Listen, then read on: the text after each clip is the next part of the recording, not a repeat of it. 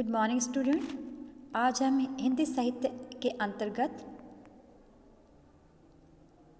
जब सिनेमा ने बोलना सीखा पाठ का अध्ययन करेंगे।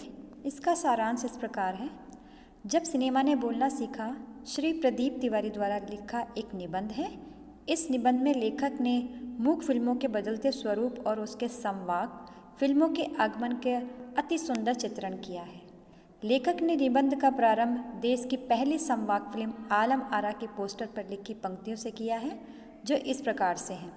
सभी सजीव हैं, सांस ले रहे हैं, 100% बोल रहे हैं। 78 मुर्दा इंसान जिंदा हो गए, उनको बोलते बातें करते देखो। 14 मार्च सन 1931 का दिन भारतीय सिनेमा के इतिहास का सबसे बड़ा और चमत्कारी दिन था, क्योंकि इसी दिन भारतीय सिनेमा ने बोलना सीखा।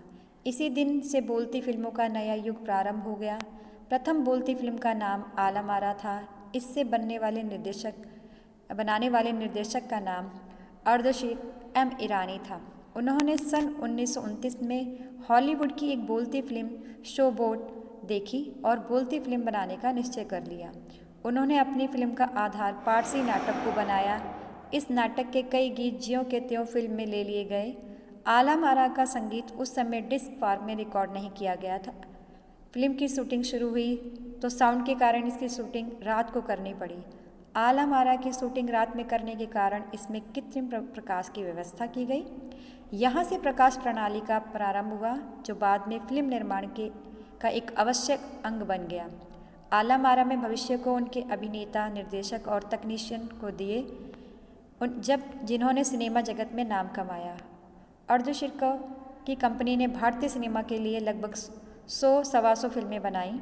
आलम आरा फिल्म अरबिपिन नाइट्स जैसी फैंटेसी थी। फिल्म काम करने वाला प्रत्येक कलाकार अद्भुत और अनोखा था। फिल्म की नायिका जुबैदा और नायक विट्ठल थे। विट्ठल उस समय सबसे अधिक पारिश्रमिक पाने वाले अभिनेता थे। इस फिल्म में उर्दू और हिंदी का अनूठा संयोजन था। इसमें गीत, संगीत और का अद्भुत संगम था। विट्ठल के चयन से आलम आरा फिल्म अत्यंत लोकप्रिय हुई। विट्ठल का चयन पहले नायक के रूप में किया गया था, लेकिन उर्दू ठीक से ना बोल पाने के कारण उन्हें निकाल दिया गया। इस बात से दुखी होकर उन्होंने न्यायालय की शरण ली। उनका मुकदमा उस समय जाने माने वकील मोहम्मद अली जिन्ना ने लड़ा और वह अपना मुकदमा भी जीते। तब वह भारत की पहली संवाद फिल्म के अभिनेता बने। इसके बाद उन्होंने अनेक फिल्मों में नायक, स्टंटमैन के रूप में सक्रिय भूमिका निभाई। उस समय के उनके साथ आलम आरा में सोहराब मोदी, पृथ्वीराज कपूर, याकुल और जगदीश सेवी जैसे अभिनेता भी थे, जो आगे चलकर ये अभिनेता भारतीय फिल्म उद्योग के आधार स्तंभ बने।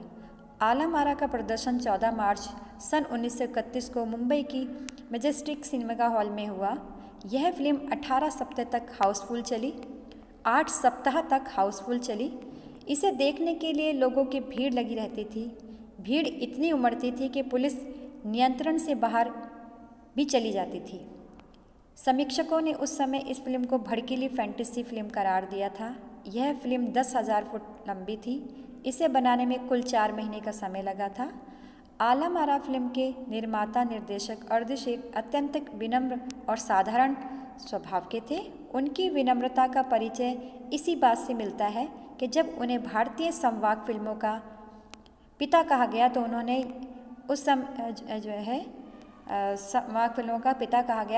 उस समय कहा, मुझे इतना बड़ा खिताब देने की ज़रूरत नहीं, मैंने तो देश के लिए अपने हिस्से की ज़रूरी योगदान दिया है। आलम आरा के प्रदर्शन के बाद से गायक, अभिनेता बड़े पर्दे पर दिखाई देने लगे। सिनेमा में देह और तकनीक की भाषा के स्थान पर सामान्य जन में प्रचलित भाषाओं का एक नवीन युग प्रारंभ हो गया। अभिनेता और अभिनेत्रियों की लोकप्रियता का प्रभाव उस युग के दर्शकों पर खूब पड़ रहा था। माधुरी नाम की फिल्म में नायिका सुलोचना का हेयर स्टाइल उस युग में औरतों की पहली पसंद थी। भारतीय सिनेमा के जनक फाल्के को संवाद सिनेमा के जनक अर्धशीर ईरानी की उपलब्धि को अपनाना ही था, क्योंकि वहाँ से सिनेमा का एक नया युग हुआ था। इस प्रकार सिनेमा ने उस युग में संवाद फिल्मों का निर्माण करना शुरू किया था।